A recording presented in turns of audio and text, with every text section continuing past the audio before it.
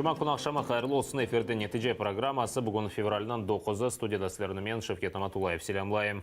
Хизбут Тахрирге ләқасы олғананда қабатланған мабуслерінің апыз жезасы ұзатылды. Тимурве Узаир Абдуллаевлер, Рустем Исмаилов, Айдер Салидинов и Эмиль Джимаденов апрелінің 11-не қадар СИЗОда қалажақ. Қырымнан юқары Рус махкемесі даваны қапалы шекілде бақты. Мабуслерге қол тұтмаға келгенлер салонға кіріп оламағаны үшін шекет аризаларына язды.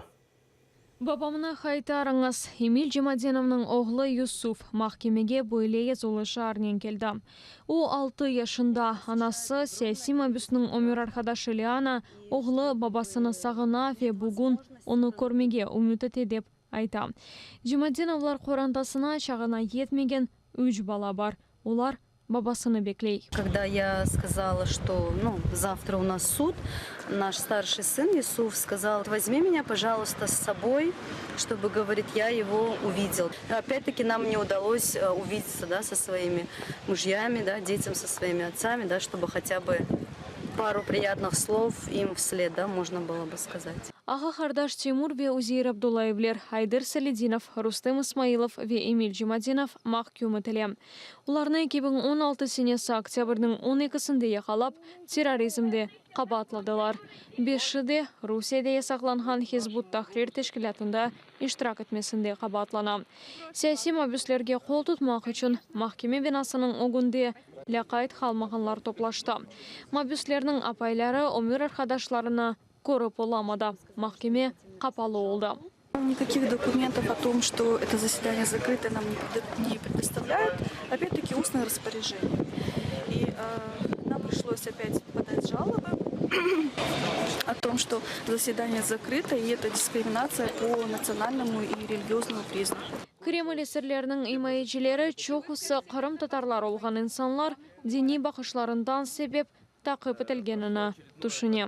Абсолютно уверен, что следственный изолятор для политических заключенных – это не что иное, как один из способов давления. Потому что никогда ни в одном суде еще ни следователь, ни прокурор действительно не представил ни одного доказательства того, что эти люди могут скрыться, могут там кого-то запугать, напугать, еще как-то препятствовать. Хочу передать слова Джимаденова Эмиля. Он сказал, что сегодня я в клетке, завтра все может поменяться, как в истории бывает. И в сложившейся политической ситуации он считает, что это произойдет очень быстро, так как по образованию он политолог, и эти все процессы он, скорее всего, прослеживает очень аккуратно. Ишгалчы махкеме адвокатларының мұрачатларына адет үзре редетті. 5 қырым татары Тимур ве Узаир Абдуллаевлер, Айдер Салидинов, Рустем Исмаилов ве Эмиль Джимаденов апрелінің 11-не қадар незарет алтында қалажақлар. 1,5 жылдан берлі олар СИЗОда болуна. Эльвина Сейдбулаева, Олег Трохимович, Заман, АТР.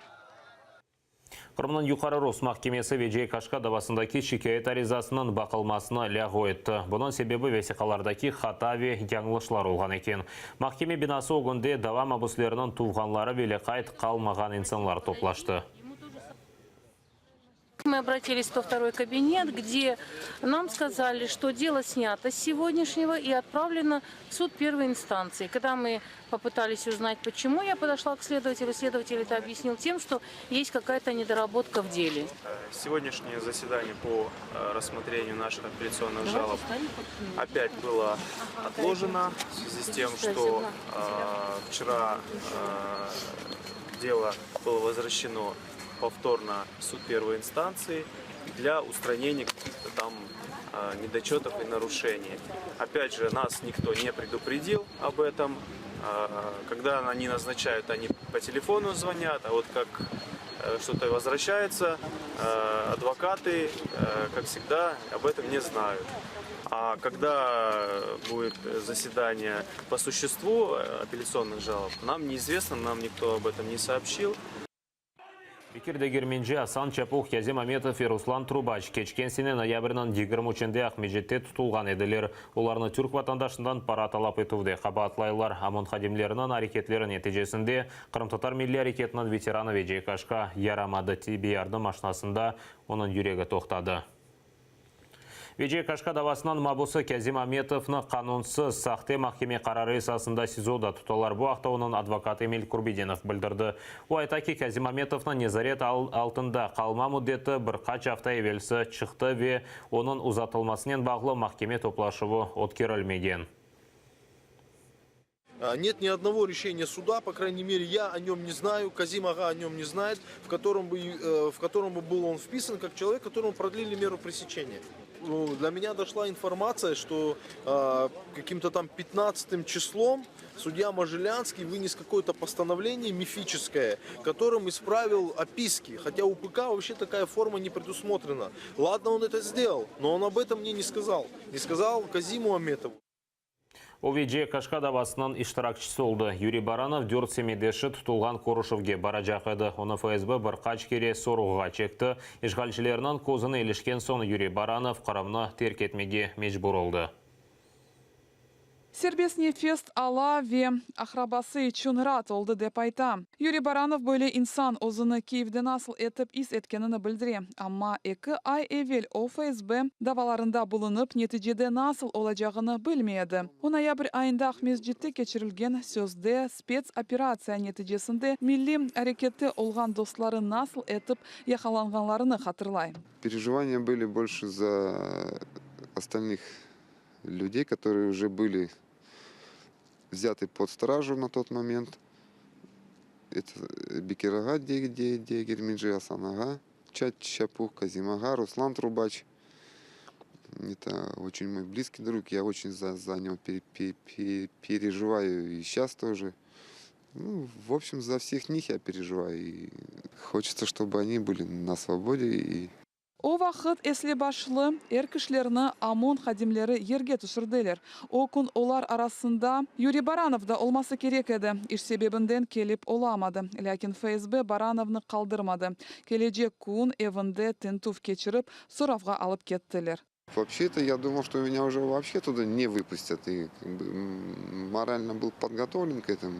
Но потом почему-то мне сказали «иди». И я с удивлением спросил, куда мне идти. Мне сказали, иди домой, либо мы тебе посадим. Виджей Кашка davasının sımaları milli hareket iştirakçısına para kaytarmağa yardım etmege istediler. Bu paranı Виджей Kashka'dan Türk vatandaşı hırsızladı. Baranının fikrince Yusuf Aytan FSB'nin işbirliğini yapıp Kırım Tatar faallerini iftira yaptı. Вытащил из них эти деньги, потом исчез. Просто исчез. Ну, потом Виджей Кашка пожаловалась, что такое дело, что человек забрал, вытащил. Практически все деньги, все, что у них были, он забрал, оставив без средств семью. Вот.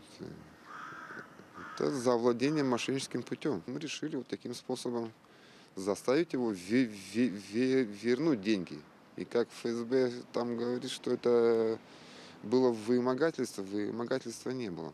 Юрий Baranov hatırlay, FSB soravında manevi cihetinde pek ağır edi. O vakit onu Виджей Kashka'nın efsanevi ruhu destekledi. Avdet yolunda yorulmayıp hareket etken milli hareket veteranı Kırım işgal etilgen son siyasi mabuslerini destekleyedi. Юрий Baranov'un aytkanına göre onun Ахтем-Чигоз davasının bir oturuşunda tanış oldu.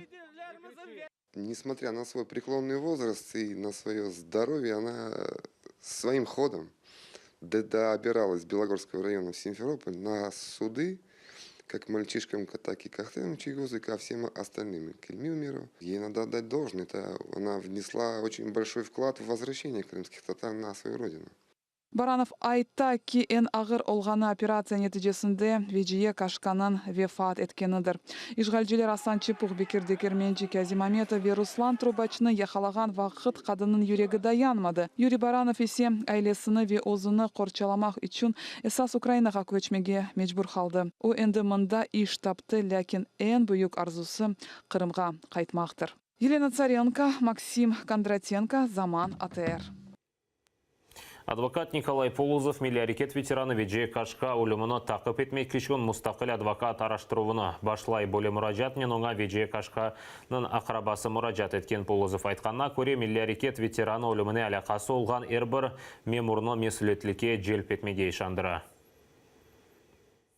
конечно, мы понимаем, что российская власть будет прикладывать максимальные усилия для того, чтобы покрыть преступления своих силовиков. Мы это видели и в других делах. Вместе с тем существуют даже в российском правовом поле механизмы, которые позволяют реализовать право потерпевших. Достаточно большой комплекс работ предстоит, поскольку, во-первых, необходимо достоверно установить причину смерти. Необходимо будет добиваться возбуждения уголовного дела. Екінші Қырым марафоны шершевесінде Ярмадада 2 миллион рублейден зияде пара топлағанлар бұны Қырым бірдемілігі тешкілятында білдірділер. Пара 2017 сенесі октябрынан 14-інде бірікшілік наразылықларға шыққан Қырым татарларынан пара жезаларыны одемек үшін сарф етежектірлер. Қырымда 80-ден зияде инсан пара жезасыны алды. Жүремелерінің умуми миқдары миллион рублейден зияде олды. Қалған параны Қырымда сияси мабуслерінің қоранталарына бережектірлер. В последнем заседании Крымской солидарности мы объявили, что по второму крымскому марафону собрано достаточно средств. На сегодняшний день только с Крыма собрана сумма в размере 2 миллионов рублей, что позволяет оплатить все сегодняшние штрафы. К акции присоединились и Украина, и Турция, даже Соединенные Штаты Америки, были люди и оттуда. Это указывает на то, что мы на правильном пути и мы в правильном направлении. Мы хотим поблагодарить весь народ, всех тех, кто не был безразличен проблемам крымских татар.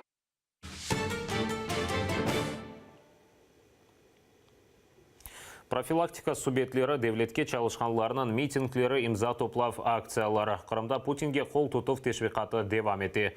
Мартның 18-інде Русияде шке шымдыке президентіні ғайрыдан сайлай жақлар. Ишғалжілер акимиеті сайлауларда референдум нәтижесіне ерішмеге есте. О вақыт Қырым татарлары референдумны байкот еткен еді. Шымды есе ишғалжілер қайын шыққан Қырым татарларының вастасынен еркон репрессияларға оғыраған, ама әрбір бойсунмаған милletіні өз тарафына чекмеге есте. Давайте придем 18 числа на выборы и поддержим того, кого мы любим, кого ценим и кто является нашим спасителем.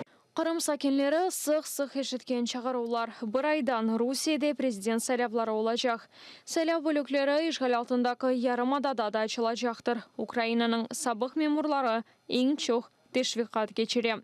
Соңғы 4 ел ішінде Қырымлы ишбірлікчілер сырасына базы Қырым татарларда қошылды. Я вас всех призываю все-таки ближним своим соседям, кого вы увидите, все-таки убеждать в том, что надо участвовать в выборах, прийти на участок.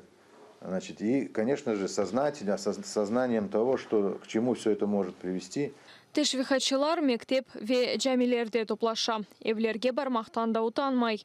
Тешвихатчы каналлар исе Қырымда Русия президентінің сайлауларына кеткен азырлық тедбірлеріне фаал суретте көстере. Путинге қол тұтқан эссас спикерлер арасында межлісінің сабық азалары бар. Фаал сөйлеріндан бірі ишбірлікчі муфтиола. Қырым татар иш адамлары да желпетілмеге башлады. Кремль есірлігінден азат етілген ескі саяси мабус ақтемшегіз Тешвихатчилев халардан біріні баха. Мы помним, как наш народ был един в те страшные годы. Тогда только сплоченность и взаимовыручка помогли нам выжить. Он что, не видит? Он гуляет по Ханскому, его сегодня уничтожают. Муфтий, который себя муфтием называет, находясь в святая святых в доме Аллаха, лжет. Просто лжет. Своим поведением оскорбляет весь народ. Наш народ очень мудрый, он действительно очень четко отличает правду от лжи, истинных героев от подлецов. Поэтому я точно знаю, наш народ этому террористу, царю Путину, России, уничтожающей, издевающейся над нашим народом, никогда это не простит. Сақ региональ межлесінің сабық рейсі ишғалының бірінші күнлерінде семедешлерінің үрметіні жойды. Жимат оны істемей, женазелерден ісе сатқын сөзлерінен құва. Искендер Белялов Русияге қол тұтқан қырымлыларға бармаға мечбур. Рейлерні одын ве аш беріп сатын ала. Владимир Владимирович Путин, большое ему спасибо. Дай Бог ему здоровья. Дай Бог. Вот. И вам тоже этот, как его... Искендер Акама. Большое спасибо. Русия президентінің сайлаулары мартның 18-сінде кечірілежек. Бүгін Қырымның Русияге қанунсыз қошылмасының 4-ші еллығыдыр. РБК агентлігінің мәліметіне көре тешвихатның ең сыжақ ноқтасы февраль-март айларына планлаштырыла. Қырым татар Милли Межлисінде сайлау бөліклерінде ақыл фікірлі инсанлар олмай жағындан еминлер. Милли Межлис рейсінің бірінші муавины Нариман Жилял Эркун сайлавалды тешвихатны дыңлемеге ве көрмеге мечбур олған қырымлыларға мураджат етті. Я лично рекомендую посетить семью Эрвина Ибрагимова, посмотреть в глаза его родителям, а потом уже принимать решение. Увидеть родных, детей, родителей, наших политзаключенных, которых преследуют сегодня российские власти, а потом принимать решение. Никто не будет над вами давлеть, и вы, естественно, свободно определите свое поведение. Но я призываю вас подумать. Қырым татарлар Русияге олған мұнасебетіні да 4 елі велсі білдірді.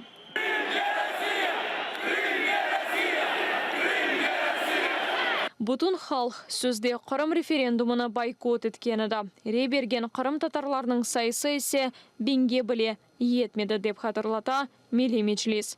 Ләкин ішғалжылерінің мәліматлары керчектен ұзақыды.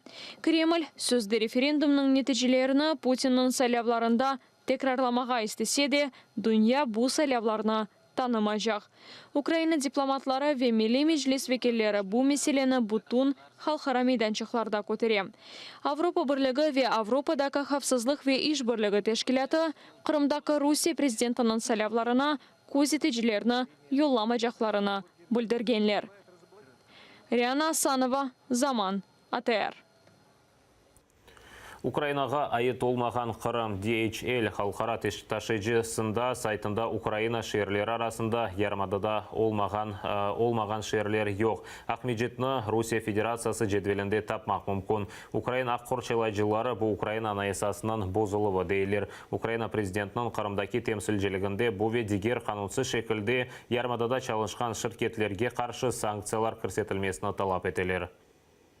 Что касается компании-перевозчика, немецкого перевозчика DHL, на самом деле он на своем официальном сайте разместил информацию, что временно оккупированный Симферополь, Севастополь являются частью России.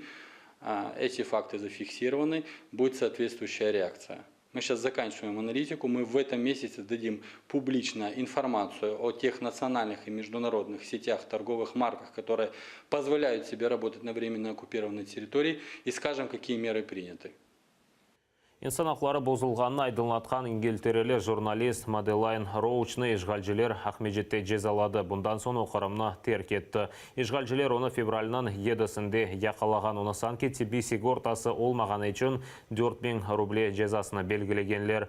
Меделайн айтқанына көре, оның иштимai ағларда олған языларына незарет еткенлер шымды Лондонға қайтты. Оскайп вастасынен бұл вақиядан соң чоқ эйджанланғанны айтты. Бұл ішінің инжеліклеріні журналист Антон Наумлюк ачықлады. Формально ей было предъявлено обвинение в том, что она занималась журналистикой в Крыму без соответствующей аккредитации МИД Российской Федерации.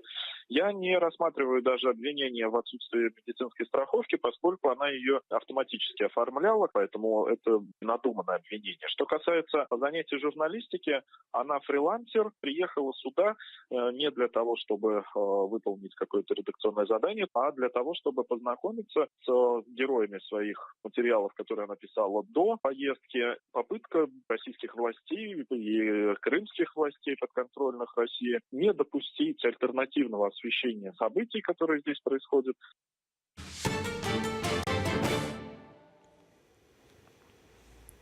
Полиция Қырамле мемори сыңырында қызмет етежек инсанларына чағыра. Қырамуқтар Жұмхуриеті ве Ақиярның полициясында білдіргенлеріне көре сыңыр кетшілерінде 60 полиция қадема қызмет етежек екен. Қырам полициясынан ел башысы Сергей Гапаненко айтқанына көре полиция қадемлеріні 1,5 ай деваманда топлай жақлар. Қырам полициясы бұқынге қадар Одесса шерінде ерлеші еді. Шымдейсе Херсон ве Айры Жачоңғар, Чаплынка ве Каланчак сыңыр кетшілері янына көчіріле.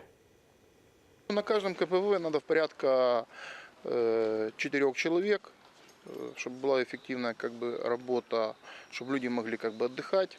Это будет вахтенное несение службы, то есть по количеству дней нахождения там мы еще этот момент разрабатываем. Қырымларына Русияде санкцияларға ұғыраған мақсулатны сатқан инсанларына чақмаға чағыралар. Бұл мұражатына Русия қойхожалығын әзірлігі тарқатты. Бөле чақмалар үшін мақсус почта адресіні де ашқанлар. Бұл ведегер хаберлеріні невбеті келев қамыздан оғрене білесіңіз. Таталь аскерлештіруф ишғал етілген Ақиярда Русия Мудафан әзірлігі шерден Батылиман пляжыны чекіп алды. Шымды о хапалы, анда кіріш ясақ етілген. Ерлі сакинлер шейер акимиетіне мұражат етті. Депутатлар есе 2015 сенесі Ақиярның сабық губернаторы Русия Мудафан әзірлігіне 100-ден зияды гектар топырақны сынырларыны белгілемейіп теслим етті деп білдірді. Нетижелерге көре пляж берілген 100 гектарға кіре. Тарихыны ұнытмақ, Қырымда ишғалжы акимиетінің тәсіл нәзірлігі Қырымның тарихыны ғайрыдан язмаға башлады. Бұл себептен ишғалжылерінің құтлеви хабер васталарының білдіргеніне көре, тәлебелерге яны оригинал дәрсліклер бермек қарарына келді. Олар Русия тәсіл нәзірлігіні қабыл еткен программасында құланмаларға эсаслана. Қырымның яны тарихы Русия концепциясына уйғын олмақ керек. Бұны Қырымның тәсіл нәзірлігі қайтеті. Неон оз Дингеви ватанға садықлық серлевалы китабыны тақдым етті. Оның айтқанына көре, жинайы ишлер уйдырмаға китап язуындан она енгілже келе. Ләкин мұхлислерінің риджаларыны рет етіп оламады. Китап ватан перверлік ақында Поклонсканың шақси интервью мақалелерінің жиынтығы олған. Ләкин тәдбір қавға давасыз кечмеді. Бұл мақалелеріні бастырған журналистлер Поклонскаяны, оларының мүелif ақларыны бозғынлығында қабатлады. О атта не олардан, не де нешриятлардан рұқсет алмады. Асылында презентацияда әсер ичкімседе мерақ доғырмаған. Анда бұлынғанларының Наталья Поклонскаяның сияси келечекке мерақландырайды. Оларының фікірінше Поклонская Русь патриотларының бірлештіре біле. Одно время показывали, да и писали везде в интернете, в СМИ, что Поклонская куда-то исчезла, пропала. После окончания истории с Матильдой Поклонская куда-то сдулась, как говорили. Не, я не сдулась. Я сидела, писала, дома вычитывала. Лично я вас вижу или генеральным прокурором России, или президентом нашей Родины. Жәнеби Кореяда 23-ші қыш Олимпик ойынларының açılışı olып keçті. Бұл Олимпиаданы 1980-ші сенесі Москвада кечірілген ве сиясетлештірілген Олимпиаданен қияслайлар не үшін олғанына мұғбірлеріміз аңлата.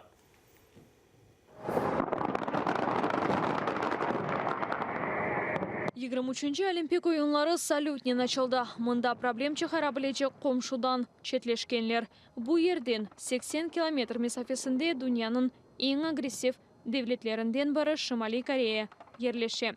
2018 қыш Олимпиадасында Америка жүйма тақымы иштирак етежек ме жоқ ма, соңына қадар белі дегіледі.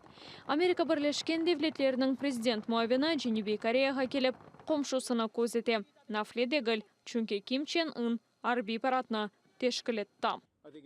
Те, що ми вчора побачили у Пхеньяні, у переддень відкриття Олімпійських ігор, які президент Південної Кореї сподівався будуть іграми миру, було намаганням режиму КНДР продемонструвати світові балістичні ракети, свою військову силу, загрожуючи спокою у регіоні та всьому світі.